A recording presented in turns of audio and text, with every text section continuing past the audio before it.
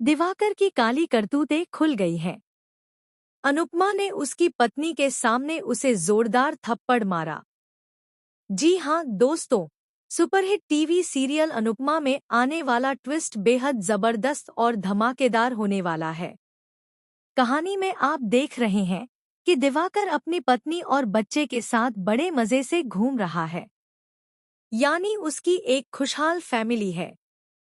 आपको याद होगा कि यही दिवाकर राही के पीछे हाथ धोकर पड़ा हुआ था। इतना ही नहीं, राही के बाद उसने पाखी को फंसाया, उससे पैसे ऐंठे और फरार हो गया। इधर अनुपमा बापूजी के साथ उनके एक दोस्त की समस्या सुलझाने आई हुई है। वहीं दूसरी तरफ दिवाकर अपनी पत्नी और बच्चे के साथ घूम रहा होता है।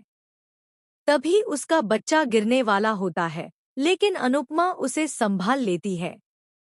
इसके बाद अनुपमा को उस आदमी पर शक तो होता है, लेकिन वह उसका चेहरा ठीक से नहीं देख पाती और न ही उसका पीछा कर पाती है।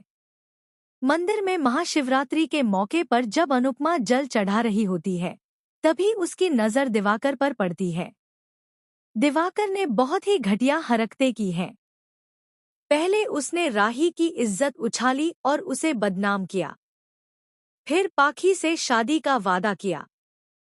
पाखी अपनी माँ और पूरे परिवार के खिलाफ दिवाकर के लिए खड़ी हो गई थी, लेकिन अब दिवाकर न तो उसका कॉल उठा रहा है और न ही कोई जवाब दे रहा है।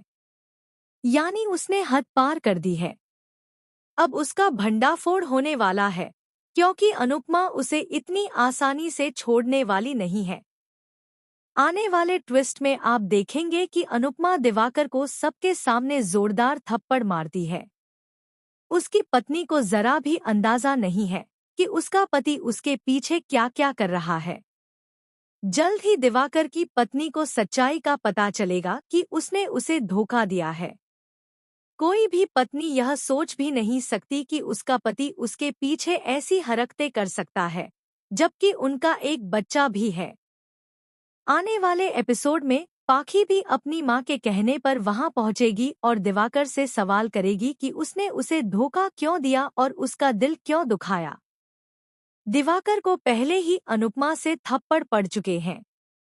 वह प्रेम और राही से भी पिट चुका है, लेकिन फिर भी सुधरने का नाम नहीं लेता।